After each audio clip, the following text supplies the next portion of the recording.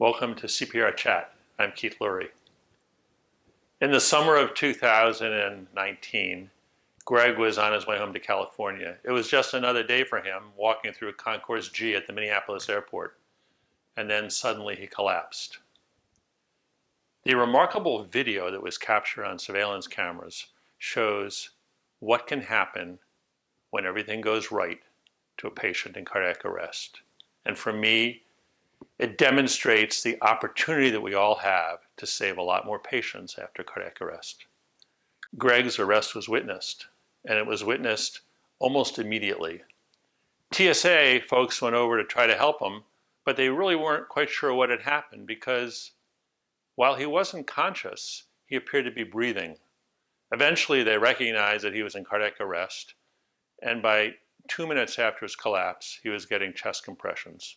And shortly thereafter, a professional was doing chest compressions perfectly. After just about 4 minutes, he had his first shock. So he got perfect sequence of events: push hard, push fast, early defibrillation, but it didn't work. And what this video shows is how important the entire modern bundle of care is for patients in cardiac arrest. So he got active compression decompression with an impedance threshold device. That didn't work after 5 shocks. He then was treated sequentially with head-up CPR with the Eligard, which was placed almost seamlessly with an interruption of less than 3 seconds. He received automated CPR, high-powered defibrillation, drug therapy, and most importantly, they didn't give up.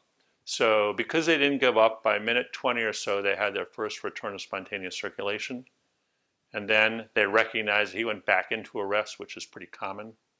And then he had a permanent restoration of circulation by minute 29. Refractory VF for nearly 29 minutes, brought to a local hospital. He had the classic widowmaker lesion, no warning, completely blocked left anterior descending coronary artery, opened up, cooled, and 6 days later he walks out of that hospital neurologically intact.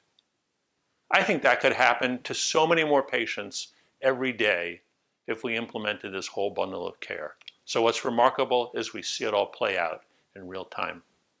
Greg went home to California, not only to his family and his grandson, but also to the 9 million YouTube followers that watch Laura and Greg Eubanks on a regular basis. They're famous for their gardens. That's why he's got that little funny limp in the beginning. So remember, if you do everything correctly and you don't give up, there can be so many more Gregs coming back to life.